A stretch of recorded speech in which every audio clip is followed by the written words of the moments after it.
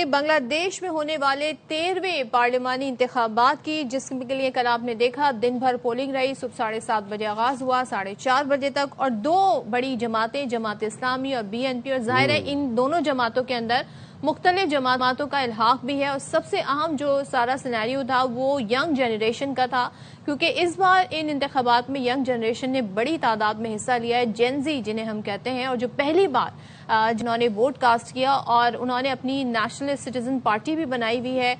جس نے بھی الحاق کیا ہوا تھا جناب BNP کے ساتھ، جماعت اسلامی کے ساتھ کیا ہوا تھا۔ اچھا، BNP کے ساتھ بھی 11 جماعتوں کا اتحاد تھا۔ ابھی جو بنگلہ دیشی میڈیا رپورٹ کر رہا ہے اور جو غیر سرکاری غیر حتمی نتائج ہیں، اس میں ہم دیکھ رہے ہیں کہ BNP کا پلڑا بھاری ہے۔ 200 سے زائد نشستوں کے اوپر BNP نے غیر سرکاری غیر حتمی طور پر کامیابی حاصل کر لی ہے۔ 300 نشستوں پر انتخابات ہونے تھے، ایک نشست کے اوپر جو شخص تھے جو لڑ رہے تھے انتخابات، ان کی وہ وفات پا گئے، انتقال کر گئے۔ تو اب 299 نشستوں میں سے 209 کے لگ بھگ نشستیں BNP نے حاصل کر لی ہیں، اور BNP کے سربراہ ہیں، ان کو لیڈ جو کر رہے ہیں وہ خالدہ ضیاء کے صاحبزادے ہیں، طارق رحمان ضیاء، اور وہ لیڈ کر رہے ہیں۔ تو جناب اب آپ کو یہ بھی بتا دیں کہ غیر حتمی اور غیر سرکاری نتائج کے مطابق 299 کے ایوان میں BNP اتحاد نے 209 نشستوں پر کامیابی حاصل کی ہے، اور جماعت اسلامی 68 نشستوں کے ساتھ دوسری بڑی جماعت بن گئی ہے۔ اچھا، نیشنل سٹیزن پارٹی صرف 5 نشستیں حاصل کر سکی، اور مجھے بڑا حیرت ہوئی ہے جو ٹرن آؤٹ ہے، عموماً اتنا ٹرن آؤٹ نہیں ہوتا ہے۔ آپ دنیا کے کتنے ہی ممالک کے انتخابات دیکھ لیں، بڑی بڑی ڈیموکریسی کے انتخابات دیکھ لیں، جہاں پہ انتہائی فیئر اینڈ ٹرانسپیرنٹ الیکشن ہوتے ہیں، 60% سے زائد ٹرن آؤٹ رہا ہے۔ بنگلہ دیش میں قومی انتخابات کے ساتھ اب آئینی اصلاحات کے لیے قومی ریفرنڈم بھی کرایا گیا، اور غیر سرکاری غیر حتمی نتائج کے مطابق 73% ووٹرز نے اصلاحات کے حق میں ووٹ ڈالا ہے۔ اب عموماً ظاہر ہے یہ ہوتا ہے جب نتائج آتے ہیں تو پھر ناراضگیاں بھی ہوتی ہیں، تو BNP کے سربراہ طارق رحمان نے آج پارٹی کے حامیوں اور کارکنوں سے نماز جمعہ میں خصوصی دعا کرنے کی اور شریک ہونے کی انہوں نے گزارش بھی کی ہے۔ باقی جو جماعت اسلامی ہے ان کی جانب سے تھوڑا سا اعتراض اٹھایا گیا ہے، ان کی جانب سے کہ جناب دھاندلی ہوئی ہے۔ بالکل جی، لیکن یہ ہے کہ وہاں پر جو رپورٹ ہمیں رپورٹس جہاں جو بنگلہ دیش سے آ رہی ہیں، اس میں یہ بتایا جا رہا ہے کہ وہ ہلکی پھلکی موسیقی والی شکوے شکایات ہیں، میجر وہاں پر کوئی ایسا کوئی اسکیم نہیں ہوا، ووٹ کے اندر ریگنگ نہیں ہوئی۔ اچھا، یہ جو بات آپ کریں صدف کہ ٹرن آؤٹ بہت زیادہ ہے الیکشنز کا، ریزلٹس پولنگ کا، تو ایک تو جو جینزی ریولوشن آیا تھا اس کی بیسک جو وجہ تھی اس کے پیچھے وہ یہی تھی کہ جینزی چاہتے تھے کہ ہم اپنے ڈیموکریٹس رائٹس کو ایکسرسائز کریں، وہ چاہتے ہی یہی تھے کہ ہم اپنے جمہوری جو ہمارے اختیارات ہیں ان کو ایکسرسائز کریں۔ سیکنڈلی وہ ڈائنیسٹیکل پالیٹکس کے اگینسٹ تھے، اینڈ تھرڈلی وہ یہ جو کوٹا سسٹم والی اور جو ان امپلائمنٹ والی چیز تھی اس کے اگینسٹ بھی تھے، جو اکانومک ریسیشن تھا بنگلہ دیش میں۔ جینزی انقلاب کے بعد یہ آپ کو بتا دیں کہ پہلا الیکشن ہے، اور شیخ مجیب الرحمان اور شیخ حسینہ واجد کی جو سول آمریت تھی اس کے بعد ابھی بنگلہ دیش میں آپ امیجن کہ 13th مطلب 13واں یہ الیکشن ہے، 13واں الیکشن بنگلہ دیش کے عوام نے پھر اس لیے بڑھ چڑھ کر الیکشنز میں پولنگ کے اندر جو ہے وہ حصہ لیا۔ اچھا، ذرا سا تھوڑا سا ہم وہاں کا پروسیس بھی جاننے کی کوشش کریں گے کہ ابھی تک تو یہ غیر سرکاری نتائج ہیں، اب آفیشیلی کب تک ساری چیزیں اناؤنس ہو جائیں گی؟ بنگلہ دیش میں ہونے والے انتخابات کی جو کوریج کرتے رہے تھرو آؤٹ، اور ماحول کے حوالے سے بھی وہاں پر ہمیں آگاہ کرتے رہے ہمارے نمائندے راجہ محسن اعجاز ڈھاکہ میں موجود ہیں، ان سے جانیں گے۔ راجہ محسن اعجاز، ذرا بتائیے گا بس ہمارے اس ساری سچویشن میں آپ نے، ایک تو ہم نے ٹرن آؤٹ دیکھا 60% سے زیادہ رہا، پھر وہاں پر ہم دیکھ رہے ہیں کہ جو جماعتیں ہیں اس وقت، خاص طور پہ ہم BNP کی بات کریں تو وہ یہ کہہ رہے ہیں جی کہ انہیں برتری حاصل ہو گئی 209 نشستوں پر، تو یہ اب کیا کب تک فائنل پکچر ڈیسائیڈ ہو جائے گی؟ دیکھیے، آج دن کے اوقات میں الیکشن کمیشن آف بنگلہ دیش اس سلسلے میں باقاعدہ جو نتائج ہیں وہ جاری کرے گا۔ ابھی تک جو نتائج ہیں وہ غیر حتمی ہیں، غیر سرکاری ہیں، اور مختلف حلقوں کی بنیاد پر کمپائل کیا گیا رزلٹ ہے، اور اس رزلٹ کی بنیاد پر BNP کو اس الیکشن میں برتری حاصل ہے، اور BNP کے جو رہنما ہیں انہوں نے جو میڈیا سے بات کی اس میں بھی انہوں نے آئندہ حکومت بنانے کے دعوے کیے ہیں۔ مختلف جو حلقے ہیں، ڈھاکہ 17 سے BNP کے سربراہ طارق الرحمان وہ الیکشن لڑ رہے تھے، وہاں سے وہ جیت گئے۔ اس کے ساتھ بوگرا کی ایک نشست سے بھی میدان میں تھے، وہاں سے بھی انہوں نے بھاری مارجن سے کامیابی حاصل کی ہے۔ تو BNP اور اس کے الائنس نے اس الیکشن میں ابھی تک کے جو غیر حتمی نتائج ہیں اس کے مطابق کامیابی حاصل کر لی ہے، جبکہ جماعت اسلامی دوسری بڑی جماعت بن کر سامنے آئی ہے، اس کا الائنس اس الیکشن کے نتیجے میں۔ اور جس طرح طارق الرحمان نہ صرف BNP کے سربراہ ہیں بلکہ سابقہ وزیر اعظم خالدہ ضیاء صاحبہ کے صاحبزادے بھی ہیں, تو اگر وہ وزیر اعظم بنتے ہیں جیسا کہ وہ اس الیکشن میں پارٹی کے وزارت عظمیٰ کے امیدوار بھی ہیں, تو یہ بنگلہ دیش میں 35-36 سال میں پہلا موقع ہوگا کہ کوئی مرد وزیر اعظم آئے گا. اس سے پہلے شیخ حسینہ واجد تھی یا خالدہ ضیاء صاحبہ تھی, تو یہ جو وزرائے اعظم رہی دونوں, اور انہی دونوں کے درمیان جو ہے وہ الیکشن میں ہار جیت ہوتی تھی, اور یہی کبھی ایک وزیر اعظم تو کبھی دوسری بنتی تھی. لیکن یہ 35-36 سال میں پہلا موقع ہوگا کہ کوئی مرد وزیر اعظم آئے. الیکشن کمیشن کی جانب سے آفیشیل جو نتائج ہیں وہ آج دن کے اوقات میں جاری کیے جانے کا امکان ہے, اور اس سلسلے میں جو آپ کو پتا ہے کہ کل جب پولنگ ختم ہوئی تو اس کے بعد گنتی کا عمل شروع کر دیا گیا, لیکن تھوڑا سا تاخیر کا شکار ہوا, اور اس تاخیر کا الیکشن کمیشن کی جانب سے پری الیکشن میڈیا بریفنگ میں پہلے ہی بتا دیا گیا تھا. اور ریزن یہ دی گئی تھی کہ کیونکہ اس دفعہ انتخابات میں 2 پرچیاں ملیں گی ووٹرز کو, ایک تو وہ اپنے جو ممبر پارلیمنٹ ہیں ان کا انتخاب کریں گے, دوسرا ریفرینڈم کی. تو ریفرینڈم کے حوالے سے بھی پرچیاں تھیں, تو یہ معمول سے زیادہ وقت لینے کی وجہ بتائی جا رہی ہے. اور جو ریفرینڈم کے حوالے سے بھی غیر حتمی نتائج آئے ہیں مختلف حلقوں سے لے کے اور ان کو کمپائل کیا گیا, اس کے مطابق جو ریفارمز کے حوالے سے سوال پوچھا گیا تھا ووٹر سے, عوام سے, کہ کیا آپ اصلاحات چاہتے ہیں, تو اس سلسلے میں ووٹرز نے ریفرینڈم کے حق میں ووٹ دیا, اور 70% سے زائد لوگوں نے اصلاحات کے لیے ہاں کہا ہے. ان اصلاحات میں جوڈیشل ریفارمز بھی شامل ہیں, عدالتوں کی صورتحال کو بہتر کرنے کے حوالے سے, پھر وزارت عظمیٰ کے لیے کسی بھی شخص کی جو مدت ہے اسے 10 سال تک محدود کرنے کے حوالے سے بھی ہے, پھر 2 پارلیمانوں کا قیام اس سلسلے میں بھی اس میں جو ہے وہ اصلاحاتی ایجنڈے میں شامل ہے, پھر گورننس کے حوالے سے بھی مختلف چیزیں جو ہیں وہ جولائی چارٹر میں شامل ہیں, جو انقلاب کے بعد تمام جو اسٹیک ہولڈرز بیٹھے تھے اور وہ پھر ایک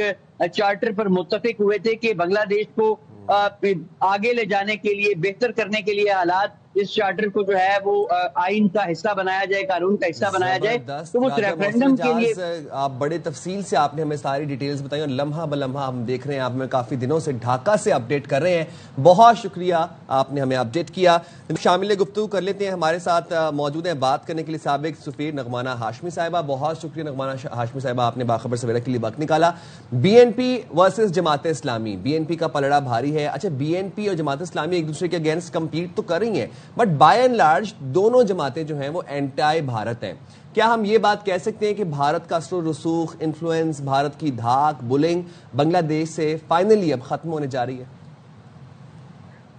سب سے پہلے تو شکریہ, آپ نے مجھے اپنے پروگرام میں مدعو کیا. سب سے پہلے تو میں آپ کے توسط سے تمام بنگلہ دیشی عوام کو اور لوگوں کو مبارکباد دینا چاہوں گی کہ اتنے ٹرومیٹک پیریڈ سے گزر کے